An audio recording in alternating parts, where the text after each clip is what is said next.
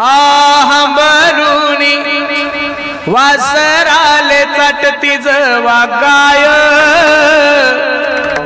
तवा मले तिच्यामध्ये दिसती माझी माय हो दिसती माझी माय आया बया सांगत होतो जवा तान दुष्काळामध्ये मायेचा माझा आटला होता पारा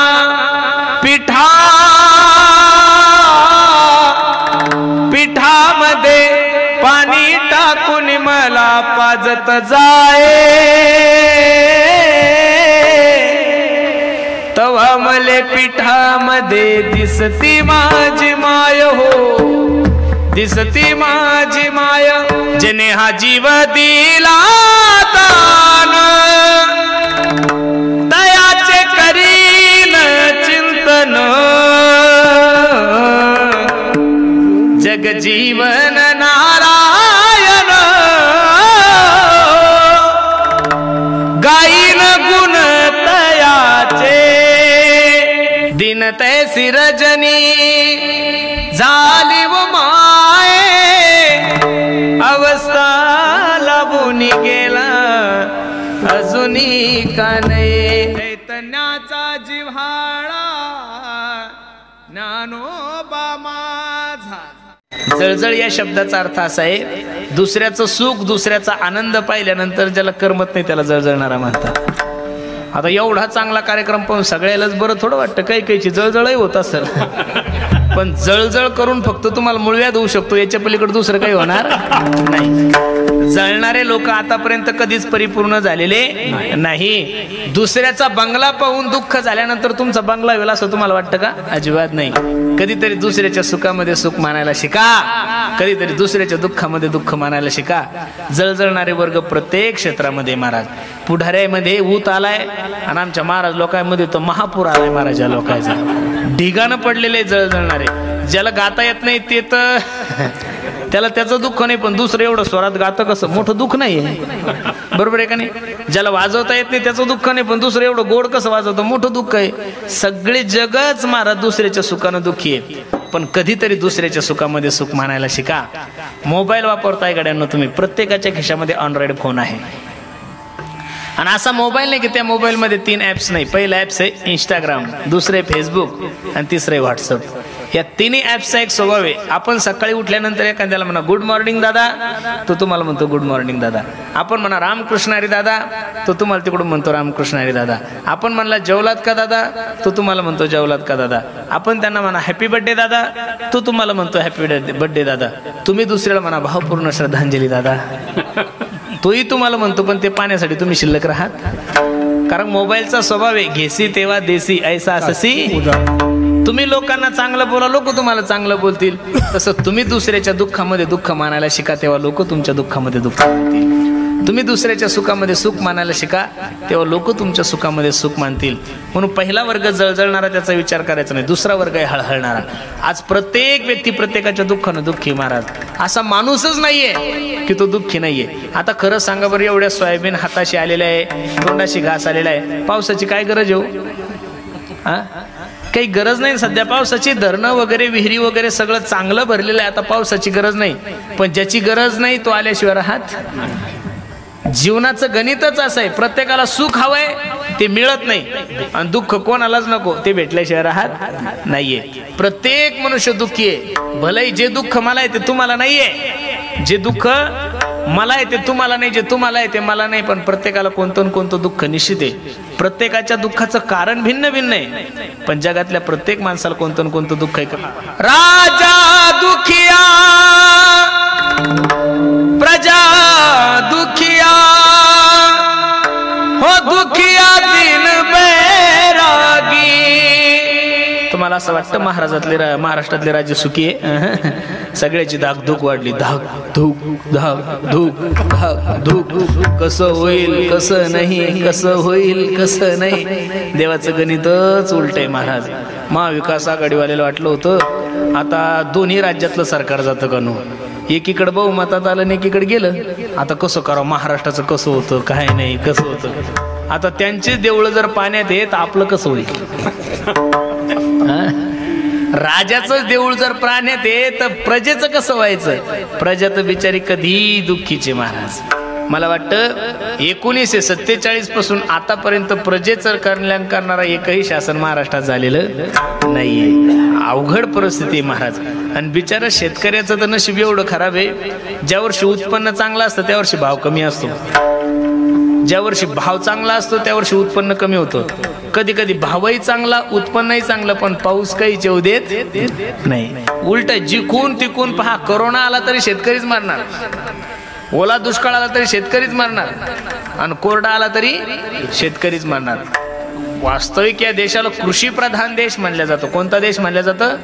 हा पुढारी प्रधान देश नाही, बिल्डर प्रधान देश नाही, उद्योगपती प्रधान देश नाही, हिरो बिल्डर देश नाहीये. हा देश कोणता आहे? कृषी प्रधान आहे. ज्या देशामध्ये कृषी प्रधान म्हणलं जातं त्या देशातला सगळ्यात जास्त दुःखी प्राणी जर कोणता असेल तर कृषी आहे. विठ्ठल विठ्ठल.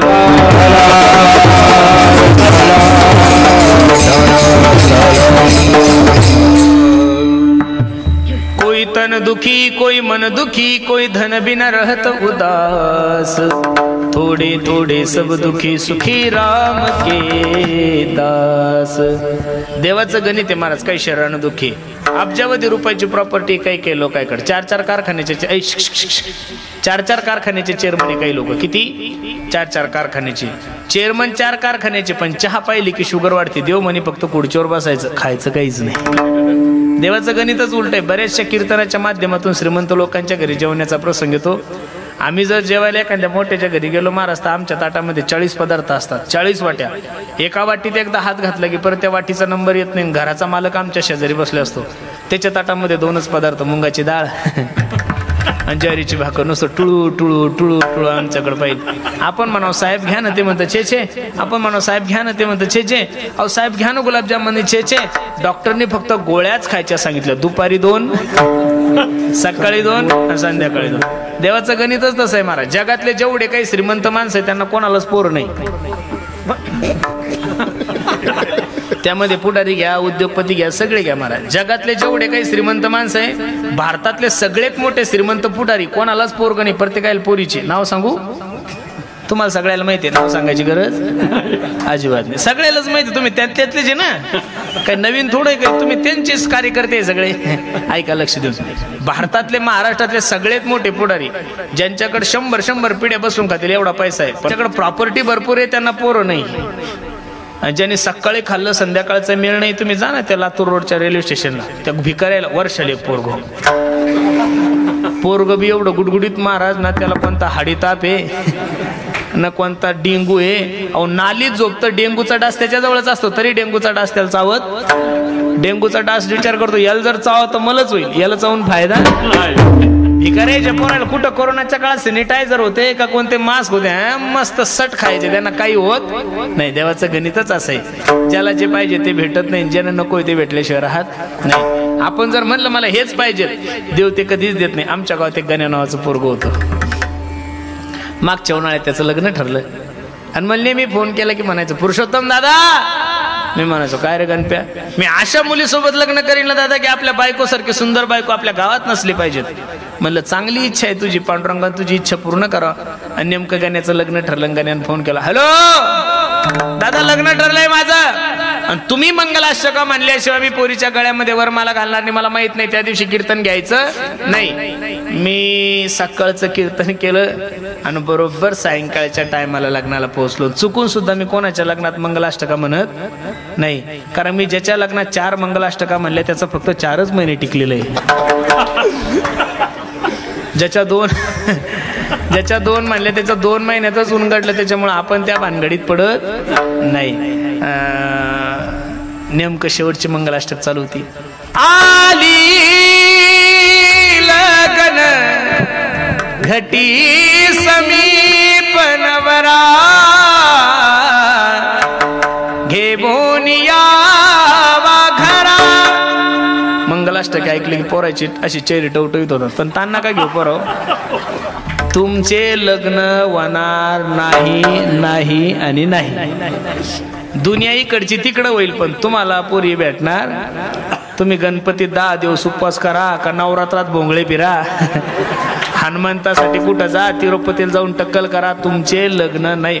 हा जो पॅरेग्राफ आहे ना मधला 15 वर्षाचा, हा लटकते रे ना रे बाई तुम लटकते रे. प्रत्येक गावात 400-400 कार्यकर्ते पडून आहे.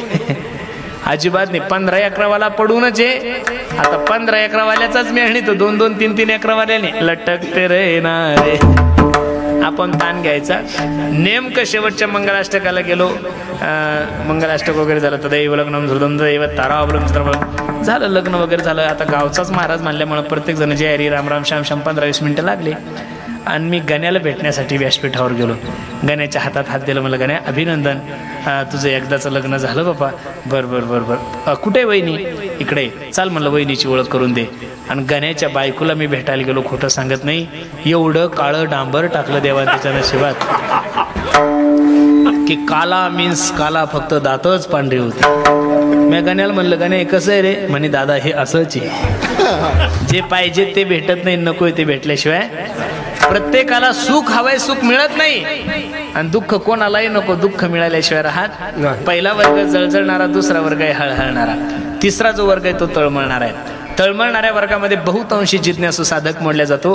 त्या साधकाचं वर्णन करत असताना महाराज सांगतात, नित्य नूतन त्याला भगवंताच्या भेटीची अपेक्षा. नाटाच्या अभंगामध्ये तुकोबाराय सांगतात, ऐसी चिंता करी सदा सर्व काळ, रात्रंदिवस हेची तळमळ, तुका मने नाही आपुले बळ, जेने फळ पावेन निश्चयेसी, काही हे खंड येईल कर्म, परुषतील धर्मा धर्म, कासयाने कळेल हे वर्म, मनोनी श्रम वाटत से.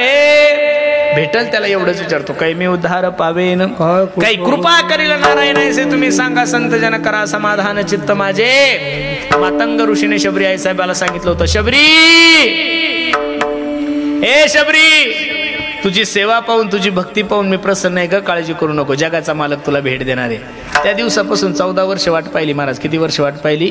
14 वर्ष. शबरी माता म्हणायची, बगिया में जाऊगी मैं, कलिया चून लाऊगी, हार बनाऊगी मैं, गले पहनाऊगी, पूजा के थाली में चंदन होगा, मेरे प्यारे नैनों का आवन होगा. 12 नाही 14 वर्ष वाट पाहिली. त्यावेळी जगाच्या मालकाची कृपा झाली. परमार्थासाठी काहीतरी कालावधी घालावा लागेल का नाही महाराज? तुम्हाला तर असं वाटतं 9 दिवस उपवास केलं म्हणजे देवी आपल्या घरी सालानच राहिली पाहिजे. एवढं सोपं नाही हो महाराज. तुमच्या लक्षात फक्त एवढंच प्रमाण आहे, तुका म्हणे सोपे आहे सर्वा अर्पण. खाली खुटी टोकलेली तुकोबरायने शहाणा तो धनी. जे जगद्गुरु तुकोबराय सोपं सांगतात त्या तुकोबरायचा गाथ्यामध्ये दुसरा अभंग पहा ना, भक्ती तो कठीण शूळावरील, निवडे तो बळी विरळा, जेथे पाहे तेथे देखीचा पर्वत, पाया विन भिंत तातडीची. म्हणून परमार्थ तुम्ही समजता तेवढा सोपा नाही गड्यांनो. परमार्थात काहीतरी कालावधी गेला पाहिजे. आपण परमार्थ सुद्धा देखाव्याने करतो महाराज. शनिवारच्या दिवशी जर मारुतीराया नारळ फोडायला गेलो आणि ते नारळ जर कच्च निघलं एकदम गोड, तर एवढा तुकडा ठेवतो मारुतीरायाला. ते बिचाऱ्याच्या दाढीतही बसत नाही ते.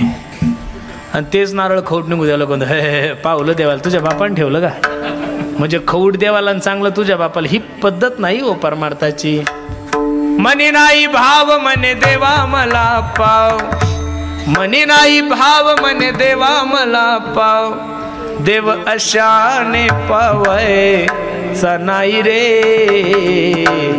देव बाजारचा भाजीपाला नाही रे. तुम्ही जेवढं समजता तेवढा परमार्थ सोपा नाही हो महाराज. परमार्थामध्ये काहीतरी नित्य नूतन जो भगवान परमात्म्याच्या भेटीची अपेक्षा करतो, पोसावे हे जीवाटे, जे जे भेटे तयासी देव कृपा करील मज काय लाज, दिन तैसी रजनी झाली व माये, अवस्था लाभून गेला अजूनी का नाही. पडिले दूरदेशी मजा आठवे मानसी नको नको हा योग कष्ट होता ती जीवासी किती प्रमाण म्हणायचे भेटी लागे जीवा लागली भेटी लागे जीवा लागली से आस त्या तळमळणाऱ्या साधकाच्या अंतकरणामध्ये भेटल त्याला एवढंच विचारायचं का हो दादा सांगा ना जगाचा मालक माझ्यावर केव्हा कृपा करेल सांगा ना जगाचा मालक माझ्यावर कृपा करेल कानया रे जग जेठी कानया रे जग जेठी देई भेटी एक वेळा कानया रे जग जेठी एवढी तळमळ साधू संतांच्या भगवंताच्या विषयांतकरणामध्ये पाहिजेत तेव्हा त्याला तळमळणारा म्हणतात कोणता म्हणतात जीवन आपल्याकडे फक्त मळमळणारे सापडतील मळमळणारे सापडतील जळजळणारे सापडतील पण तळमळणारे लोक बहुतांश सापडत त्या साधकाच्या अंतकरणात भेटी लागी पंढरीनाथा जीवा लागली तळमळ व्यथा जीवा लागली जीवा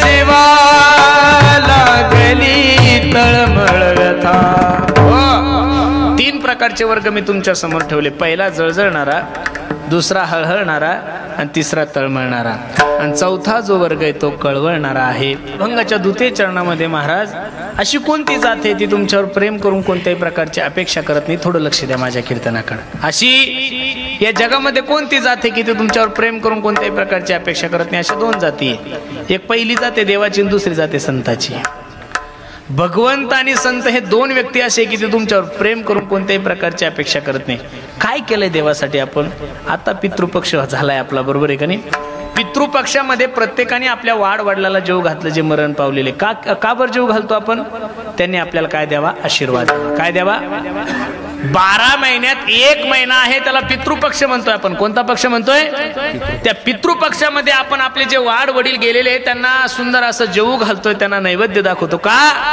त्यांनी तुम्हाला आणि मला आशीर्वाद द्यावा संपलं माझं उदाहरण तुमचा नेता तुमच्यावर खुश व्हायच्यासाठी त्याचा कार्यकर्ता त्याच्या पुढं करतो त्याचे बॅनर लावतो त्याचे हुदो करतो त्याच्यासाठी कार्यक्रम ठेवतो का नाही काय कारण आहे तुमचा नेता तुमच्यावर काय राहावं खुश राहावं त्या नेत्याने तुम्हाला 2-4 कामं द्या याच्यापेक्षा दुसरी काय अपेक्षा आहे तुमच्या मग नेता खुश व्हायच्यासाठी त्याचा कार्यकर्ता पुढं करतोय त्याच्या तुमचे पित्र तुमच्यावर खुश व्हायच्यासाठी पितृपक्षामध्ये तुम्ही त्याला जेवू घालताय ज्या विश्व मालकाने तुम्हाला या विश्वामध्ये जन्माला घातलंय त्यानं तुमच्याने माझ्यावर खुश व्हायच्यासाठी तुम्ही काय केलं मी काय केलंय जेने हा जीव दिला दान दयाचे करीन चिंतन जग जीवन नारायण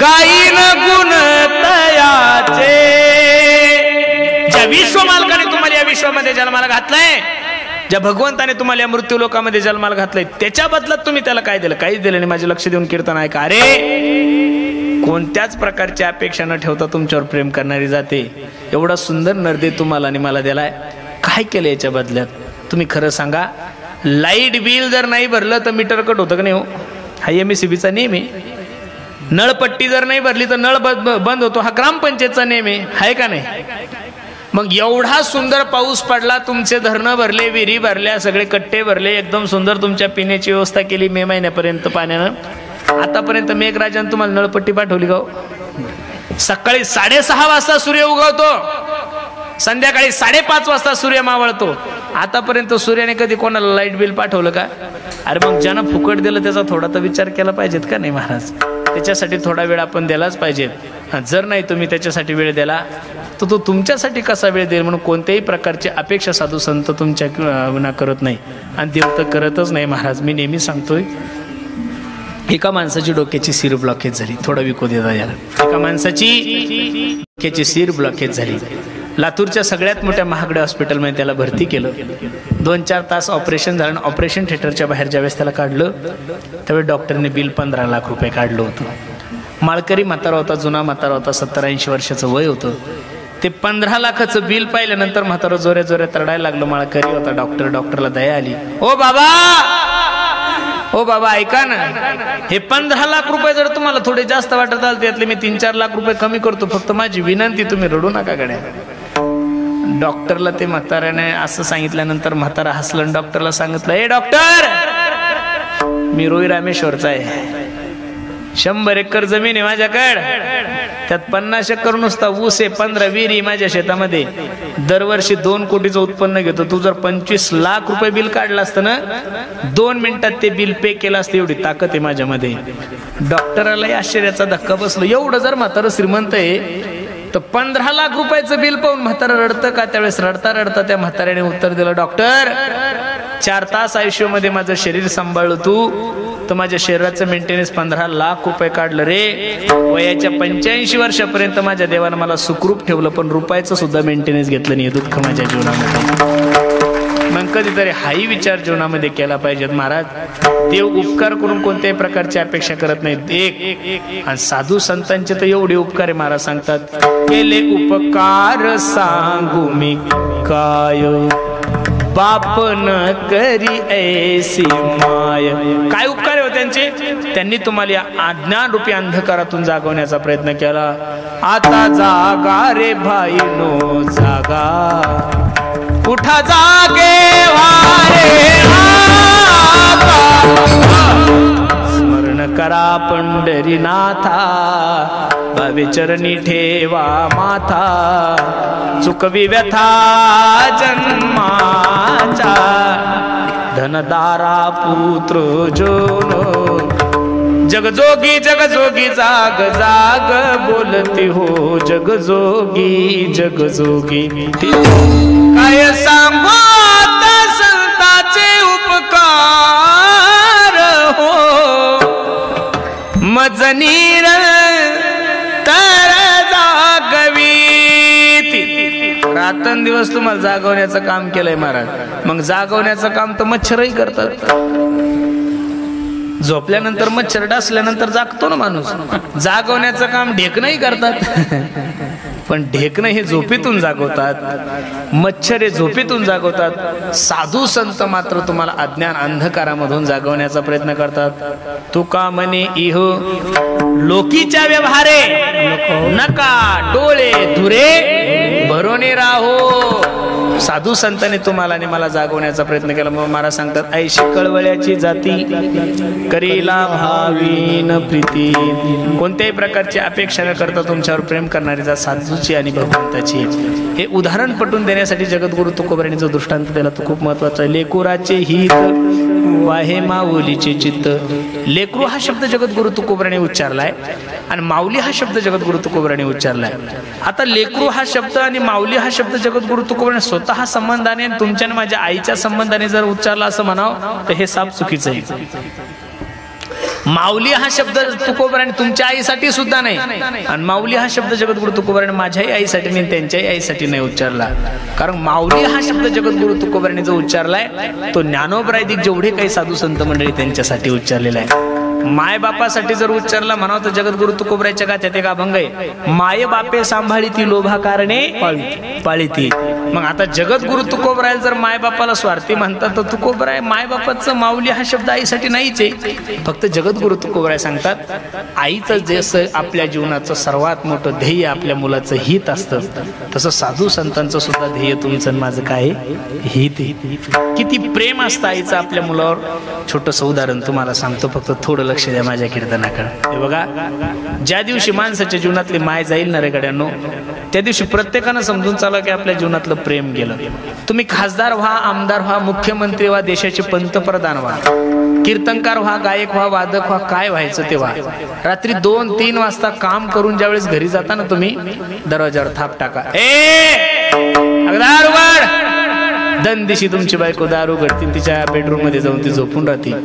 पण तेवढ्याच रात्री 3 वाजता त्या दरवाजापाशी तुमची माय झोपलेली असू द्या, दबक्या आवाजामध्ये ती आवाज देते, ए बाळ्या, ए सोन्या 3 वाजले माय कुठे गेला होतास तू? आपण सांगू आई खूप लांब कीर्तन होतं ग, त्याच्यामुळे थोडा रस्ता खराब होता म्हणून उशीर झाला. रात्री 3 वाजता त्या आईच्या मुखातून पहिला शब्द निघतो, बाळ्या ए महाराज जेवला का तू? रात्री 3 वाजता सुद्धा जेवला का तू म्हणणारी जात या जगामध्ये फक्त तुमची माझी माय गड्यानो. म्हणून 4092 अभंग आहे गाथ्यामध्ये. किती? 4092. एका या अभंगात बायकोचं वर्णन नाही महाराज. 9030 ओव्या ज्ञानोबरायचे. किती? 9030. एकाही ओळीमध्ये ज्ञानोबराने आपल्या बायकोचं वर्णन केलं नाही, अजिबात नाही. मायबापाचं सकळ तीर्थाची जे का माता तया सेवेसी कीर शरीरे लोन कीजे. अजून ऐका, मात्रम पित्रम चैवम प्रत्यक्ष साक्षात देवता. म्हणून खरं सांगू का महाराज, ज्या दिवशी माय गेली त्या दिवशी समजून चला. लोक म्हणतात बा माय मरो मावशी जगो. माय कशी मावशी कशी मायची जागा गेली, तो पर्यायी मार्ग झाला महाराज. बरोबर आहे का नाही? एक हिंदी गाणं आहे म्हणून नाही कीर्तनात, पण कडवं आठवलं म्हणून म्हणतो. कोण भला दुनिया में माँ की जगह ले सका, कोई कह दे क्या होती है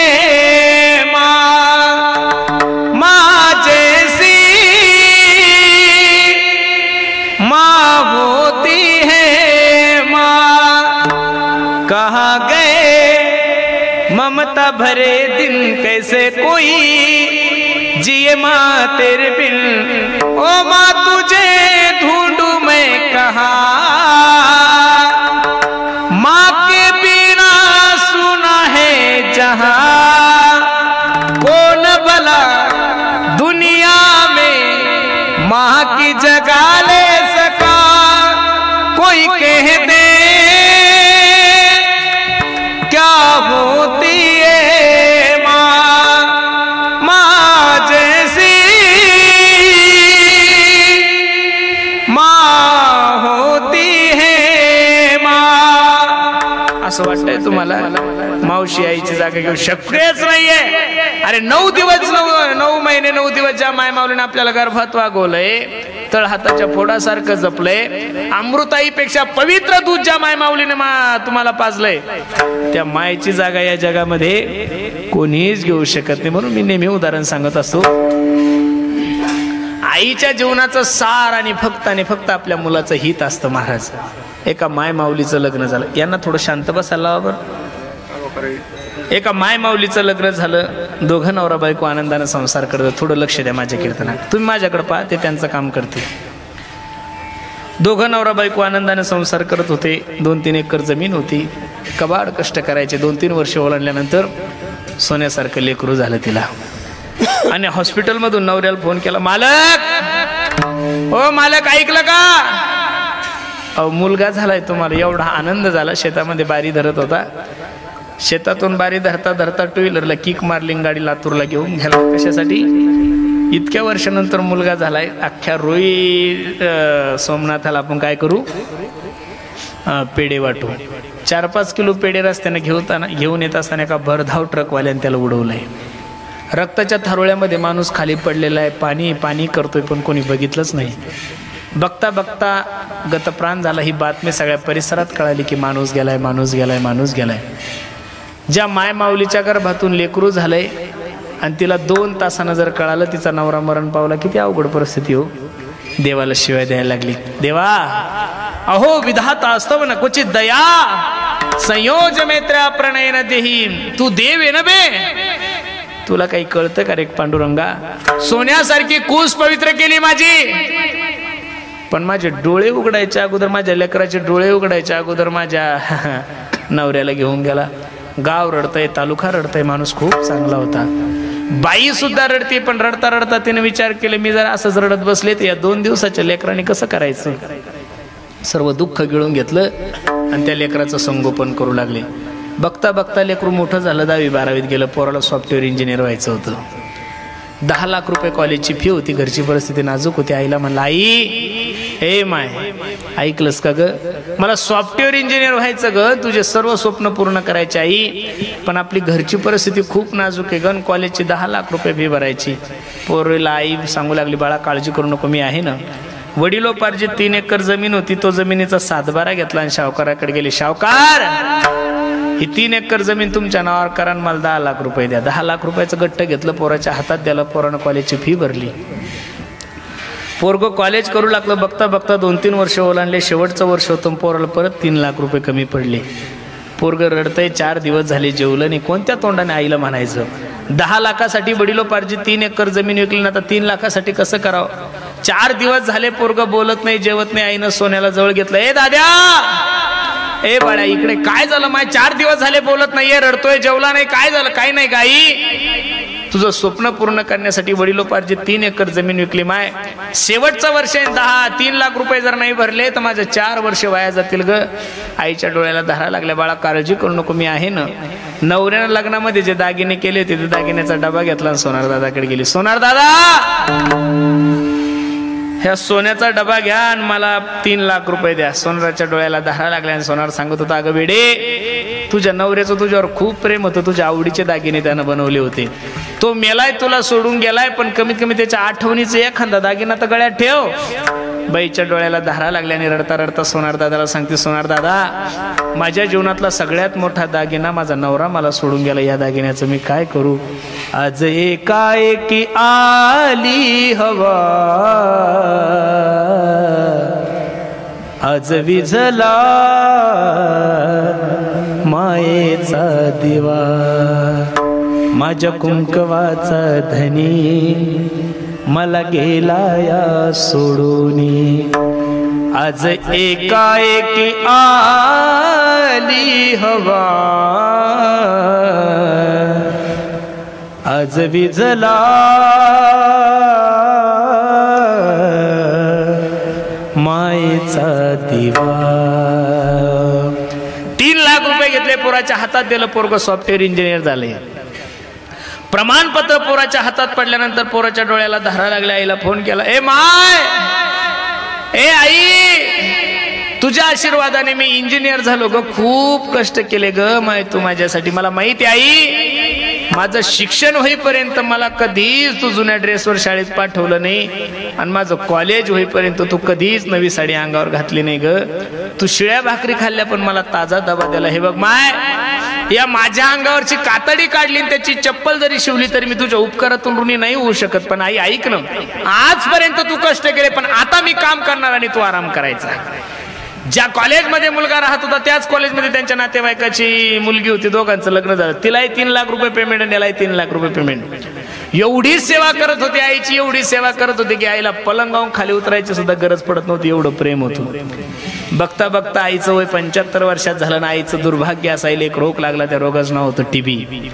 दिवसभर म्हातारीला काही होत नव्हतं, पण सायंकाळ झाली की म्हातारीला खोकला यायचा. एवढ्या जोऱ्यानं खोकलायची म्हातारी अख्खी कॉलनी त्रस्त झाली होती. यांना अनेक MD डॉक्टरांना दाखवलं, MBBS डॉक्टरांना दाखवलं, आयुर्वेदावाल्यांना दाखवलं, पण कुणच फरक पडत नव्हता. 6-7 वर्ष झाले, 2-4 लेकरं झाले, आणि एक दिवस बायकोने याला आवाज दिला, ओ मालक इकडे या. हा गेला. काय 7 वर्ष झाले मी तुमच्या आईची सेवा करते, दिवसभर ऑफिसला काम करावं लागतं, संध्याकाळी थोडं लेकराकडे बघावं, जेवण आराम करावं, मला तुमची आई रात्रभर खोकलत बसते. बघा आता मला हा त्रास सहन होत नाही, एक तर घरामध्ये मी राहील किंवा तुमची आई. ढसा रडायला लागलं पोरगण. बायकोच्या पाया पडता, ग वेडे, मी 2 दिवसाचा असताना माझा बाप मरण पावलाय का? काय म्हणलं पोरग? ए वेडे ऐक, मी 2 दिवसाचा असताना माझा बाप मरण पावला. त्या दिवसापासून आतापर्यंत माझ्या आईने मला कधी बापाची कमी नाही पडू दिली ग.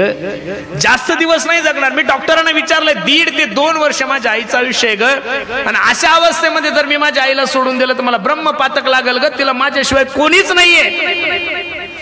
आईविषयी लेकराचं प्रेम पाहिल्यानंतर बायकोला राग आला. एवढं जर प्रेम तुमचं तुमच्या आईवर आहे, सांभाळा तुमच्या आईला, मी घर सोडून चालले.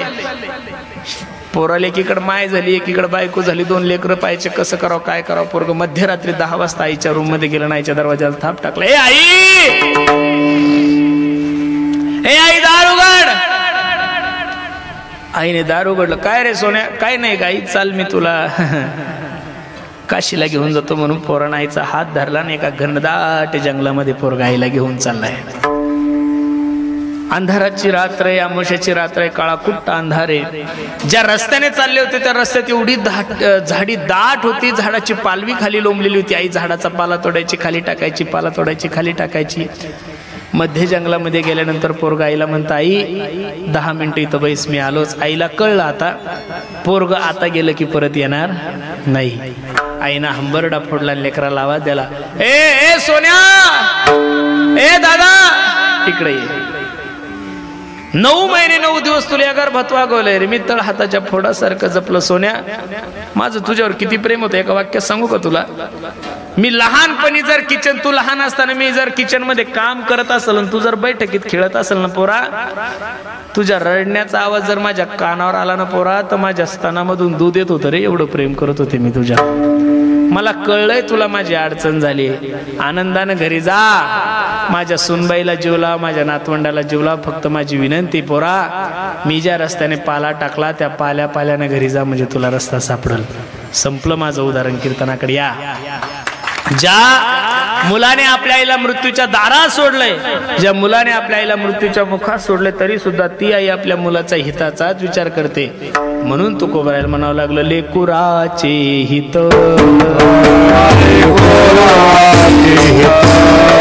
लेकुराचे हित वाहे माऊलीचे चित्ताईसी, कळवळ्याची जाती करीला भावीन प्रीती. मायबाप सोडून जगातले जेवढे काही पात्र आहे तेवढे सगळे स्वार्थी महाराज. प्रमाण घ्या.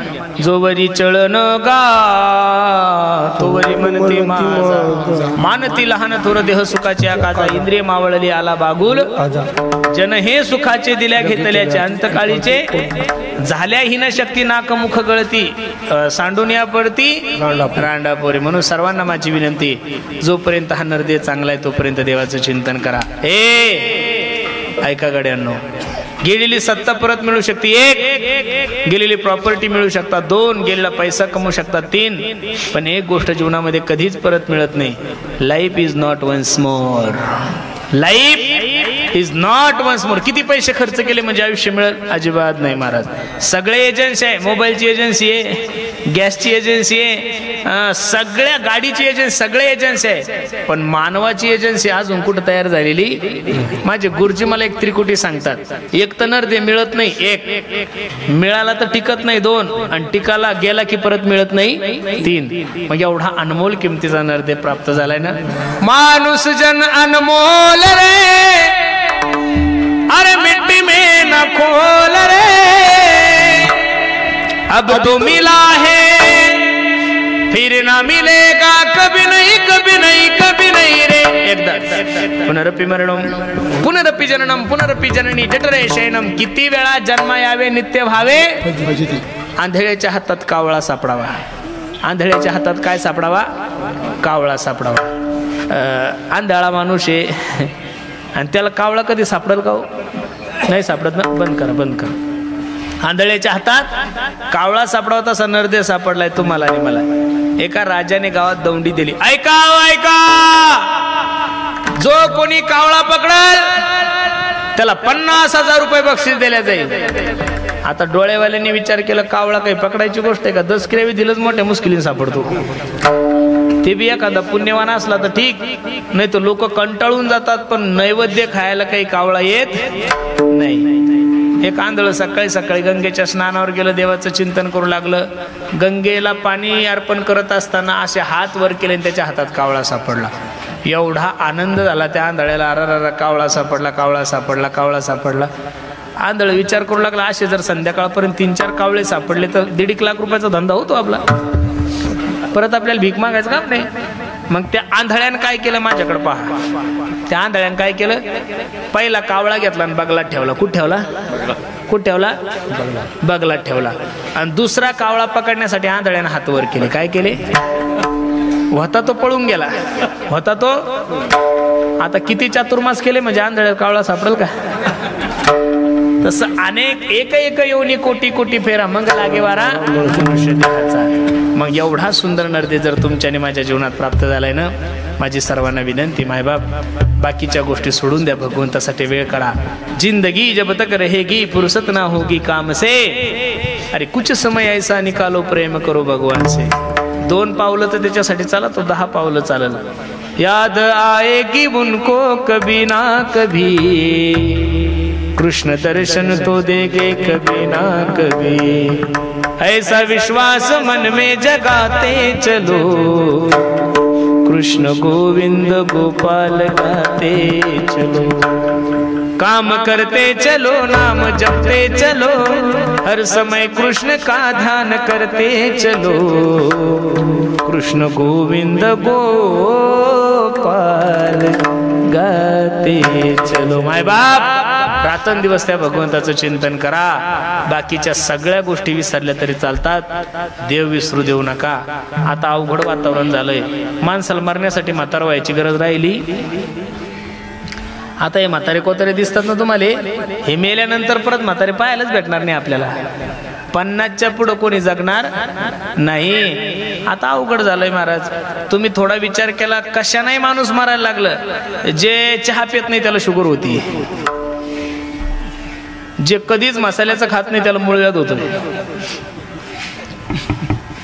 आणि जेवढे काही कॅन्सर होण्याचे परिणाम आहे, लक्ष देऊन ऐका, सर्वे डॉक्टरांचा, आतापर्यंत जेवढे कॅन्सर झाले तेवढे निर्व्यसनी लोकांना झाले. व्यसनी लोकांना कॅन्सर होत, जे तंबाखू खात नाही, जे बिड्या पित नाही, जे काहीच करत नाही त्याला कॅन्सर होतो. आणि कॅन्सरचं प्रमाण सर्वात जास्त महिलांमध्ये वाढलंय महाराज. कोणता रोग कोणत्या रूपाने कधी तुमच्या घरी येईल काही सांगता येत नाही. तुम्ही जे खाताय ते फळं खातच नाहीये, तुम्ही जे खाताय तो भाजीपाला खातच नाही, तुम्ही विष पेताय. काय पेताय? विष खाताय. अरे रात्री कच्चे असणारे केळे सकाळी पिवळे धमक होतात. टरबूज लाल हो याच्यासाठी इंजेक्शन आहे, अजून तुम्ही सगळं इंजेक्शनावरच चाललंय ना महाराज. पूर्वीच्या लोकांचं आणि आताच्या लोकांचं फरक आहे, म्हणून कोणता माणूस कधी मरेल काही सांगता येत नाही. ते जाण्याच्या अगोदर प्रत्येकाने देवाचं चिंतन करा. मला खूप आनंद वाटतोय या कोकाटे कुटुंबियांनी एवढं गोड नियोजन केलं. खरं सांगू का महाराज तुम्हाला, आमच्या काय नाव आहे त्या आईचं? पद्मिनाबाई तुकाराम भाऊ कोकाटे. आमच्या पद्मीनबाई ज्या ठिकाणी असतील ना, त्या ठिकाणून हा कार्यक्रम ज्यावेळेस पाहत असेल ना, त्यावेळेस निश्चित त्या मायमाऊलीच्या डोळ्याला धारा लागल्या असेल. तीही विचार करत असेल किती भाग्यवान कोश आहे माझी, किती भाग्यवान माय आहे मी, की मी जिवंत असताना सुद्धा, रोग झाल्यानंतर सुद्धा, एवढी मोठी वेधा असताना सुद्धा लेकरांनी खर्च केला, आणि मी गेल्यानंतर सुद्धा माझ्या लेकरांनी खूप काही खर्च केला. मी खरं सांगू का महाराज, जीवनामध्ये तुम्हाला देवाचा आशीर्वाद नाही घेता आला तरी चालेल, एखाद्या साधू संतांचा आशीर्वाद घेता नाही आला तरी चालेल, पण जीवनामध्ये आईच्या आशीर्वादाशिवाय मरू नका बरं तुम्ही. ही वस्तुस्थिती. आईचा आशीर्वाद असला की जीवनामध्ये कोणत्याच गोष्टीची कमी नाहीये. आमच्या आई साहेब ज्या ठिकाणी असेल त्या ठिकाणून हे सुंदर वातावरण, गायक वादक महाराज मंडळी सगळं पाहत असेल तर ती मायमाऊली सुद्धा जोऱ्या जोऱ्यात रडत असेल आणि विचार करत असेल किती गोड नियोजन माझ्या बाबासाहेबांनी केलंय, किती गोड नियोजन माझ्या बाळासाहेबांनी, आमच्या शंकर दादानी, आमच्या धनंजय दादानी किती सुंदर नियोजन केलं. मी नारदाच्या गादीवर सांगतो, तुमची आई तुम्हाला भरभरून आशीर्वाद देत असेल. बाकी नाही काही करता आलं तरी चालेल, प्रत्येकानं आपल्या मायबापाची सेवा करा. हा कार्यक्रमच आईच्या संबंधाने. आईचं लेकरावर किती प्रेम असतं एक उदाहरण सांगू तुम्हाला, ऐका गड्यांनो. आईचं लेकरावर जेवढं प्रेम असतं तेवढं कोणाचंच नसतं. एका माय माऊलीचा डोळा खराब झाला. काय झाला? डोळा खराब झाला. रडायला लागली ती. ए दाद्या, ए सोन्या, डोळा खराब झाला रे माझा, काळजी नको करू माय, मी लातूरच्या सगळ्यात मोठ्या महागड्या हॉस्पिटलमध्ये घेऊन जातो आणि तुझ्या डोळ्याचं ऑपरेशन करतो.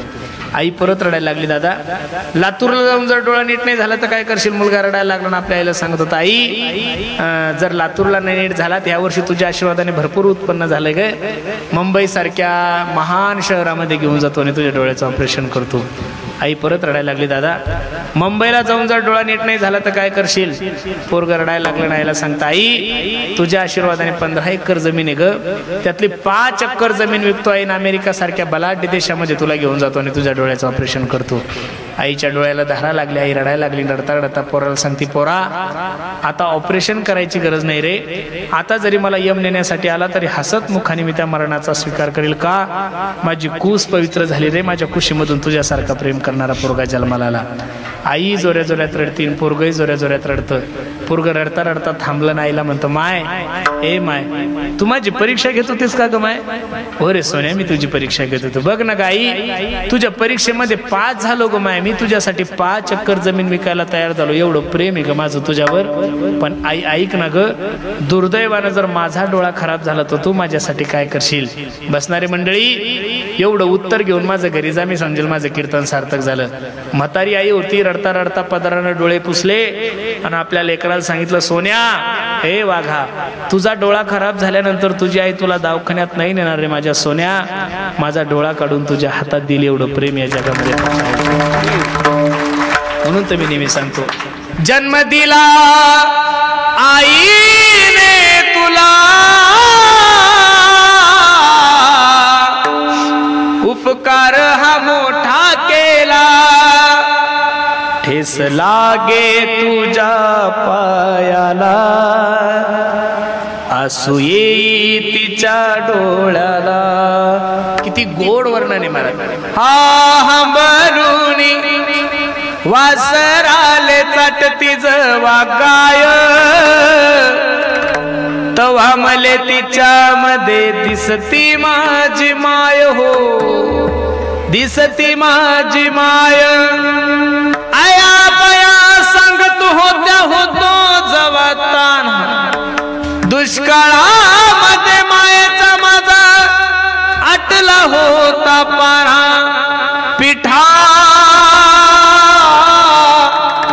पिठामध्ये पाणी टाकून मला पाजत जाये, तवा मले पिठामध्ये दिसती माझी माय हो, दिसती माझी माय. अशा अनेक लोकांनी आपल्या आईचं वर्णन केलंय. मी नेहमी सुद्धा माझ्या आवडीनं म्हणत असतो, आई माझी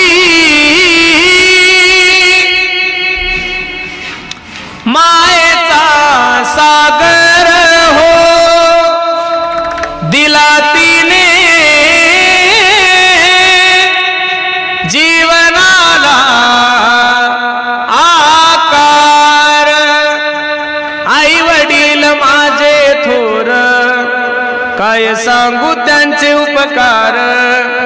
जीवनाच्या वाटेवरती किती असतो त्यांचा धार. आई माझी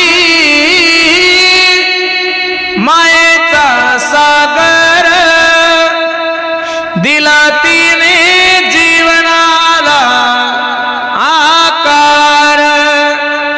नभीची चांदणी तू ग, चंद्राची कोर, शीतल तुझी छाया मला हवी जीवनभर. तुझ्या शीतल छायेमध्ये उभ आयुष्य जगेन. आई देवापासी मी ग, आई तुलाच ग मागेन. आई माझी मायेचा सागर, दिला तिने जीवनाला आकार. प्रत्येकाला माझे हात जोडून ते गड्यानो, बाकी नाही काही जमलं तरी चालेल. या कार्यक्रमाचा आदर्श एवढाच आहे की प्रत्येकानं आपल्या आई वडिलांची सेवा करा. तुम्हाला सुद्धा वाईट वाटत असेल, अरे 1 गुंठा जमीन नसताना सुद्धा त्या पोराने एवढा मोठा कार्यक्रम केलाय महाराज, विशेष आहे का नाही? 1 गुंठा जमीन नाहीये, सो कर्तृत्वावर छोटा मोठा व्यवसाय करायचा ना. जेवढं मोठं नियोजन आमच्या बाबासाहेब दादांनी, बाळासाहेब दादांनी, आमच्या शंकर दादांनी, आमच्या धनंजय दादांनी, आमच्या शिवाजी भाऊनी एवढं गोड नियोजन केलं, द्यावे तेवढे धन्यवाद आहे. निश्चित ज्या मातेसाठी आपण एवढ्या आनंदाने हा कार्यक्रम करत आहात, त्या माय माऊलीच्या आशीर्वादाने मी नारदाच्या गादीवर सांगतो, जीवनामध्ये कोणत्याही प्रकारची कमी तुम्हाला कधीच पडणार नाही. कारण याचं कारण असं आहे, ज्यानं आईचा आशीर्वाद घेतला त्याला जगात कोणाचाच आशीर्वाद घ्यायची गरज पडत नाही. ज्ञानेश्वर माऊली, ज्ञानराज माऊली, ज्ञानेश्वर माऊली, माऊली ज्ञानेश्वर माऊली,